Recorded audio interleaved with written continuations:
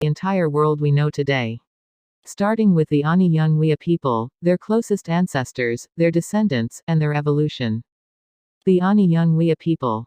They are the people of the mountains, and will later become the Olmecs, the Cherokee Indians, and the Mexicans. The Olmecs were Moors from the Dogon tribe in Mali, Africa, who migrated over the Bering Strait as early as 100,000 years ago to America, which they called it, Utla, in their Kushite language. This migration included Pygmies, Negroes and black Australoids similar to the indigenous black people of Australia, parts of Asia and India.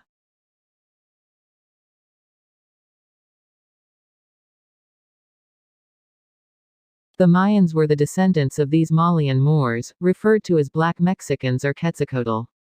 The Malian Moors are descendants of the Nubian Egyptians. Their other descendants are the Tainos, Mendas, Ethiopians, Somalians, Cherokee Indians, Hopi Indians, Apache Indians, Aztec, Zuni, Nez Perce, Miami Blackfoot, Catawba, Seminole, Mexicans, Jamaicans, Haitians, Cubans, Dominicans, Barbadians, African Americans with DNA haplogroup L0L3 type, and Greeks. When the Dogons migrated to America, they also brought the rubber tree with them, which is native only to Africa. The Dogons utilized the sap from the rubber tree to make shoes and coats, being the first to introduce soles on shoes to the New World. The term Olmec means rubber people. Furthermore, in Mexico, a type of paper made from a particular kind of wood pulp was discovered, which scientists confirmed is only found in Egypt. Even the ceremonial dance of the Hopi Indians is identical to the Dogon's Bado dance of Africa, which have the same symbols and spirit names. These Olmecs migrated to North America from Mexico as the Washita, Yamasee and the Ben Ismael tribes, a collection of what is known as the Lenape, Wampanoag, and Nanticoke Indians, who later migrated to Indiana and Illinois, identifying themselves as Moors, but the United States government classified them as Negroes, in order to strip them of their indigenous rights.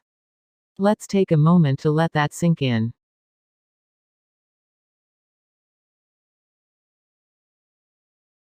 Also, the back of the Olmec head below shows an Ethiopian braided hair style with an African man next to it, wearing a similarly braided hair style.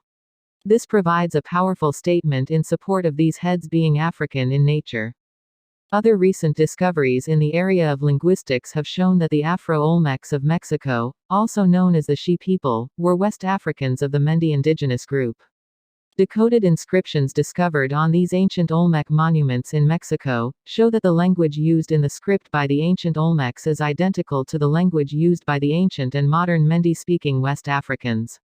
What's interesting is that California is referred to as the African state by those who know its history, since it was the first state used as a base by ancient Africans from China, Melanesia, East Africa and Nubia, Egypt during prehistoric times. One of the important migrations of black Africans to Mexico included people who were described as dwarfs called magicians, and were involved in religious shamanistic practices that are still common in West Africa today.